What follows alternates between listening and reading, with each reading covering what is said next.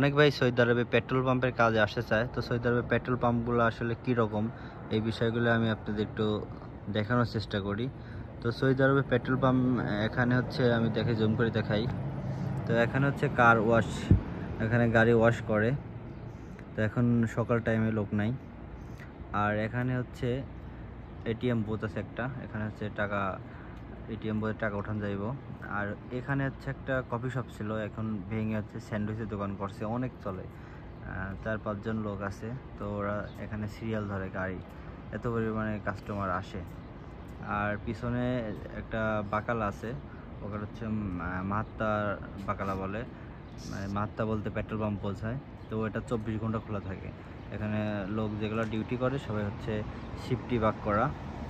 আর আমি আসি যেখানে, এই পাশে হচ্ছে একটা বাংলাদেশি হোটেল আছে। তো বাংলাদেশি হোটেলে নাস্তা করবার জন্য এসে বসে রয়েছি। আর এখানে পেট্রোলের ডিজেলের যে দামগুলো এখানে লেখা থাকে, ডিজেল এখন মিটার নষ্ট হয়ে গেছে, জন্য দেখাতে পারলাম না। তো অন্য টাইমে এটা ওপেন থাকে। আর এখানে হচ্ছে একটা বাংলাদেশি ফল ফ্রুটসের দোকান, এটা বন্ধ আছে এখন, সকাল 5টা বাজে।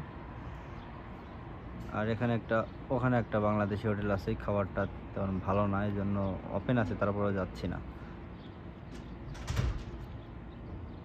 আর এখানে একটা কফি শপ আছে, কফি শপ 24 ঘন্টাই ওপেন থাকে, এক ইন্ডিয়ান ভাই কাজ করে।